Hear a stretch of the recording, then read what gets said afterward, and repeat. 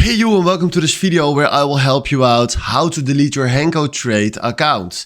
It's quite simple because right now we are here on our account in the home screen, and from here there is no option how to directly delete your account. So what we're gonna do is we want to create a ticket to message with someone from HankoTrade. So what we're gonna do is we click right here on ticket, and then from here they're telling us that we are away at the moment, leave a message and we will reply by mail. So we click right here by chat, and then what you need to do is you need to give them your name, email and account number, and then after that you want to send them a message with I want to delete my account. So let's do it again. I want to delete my account.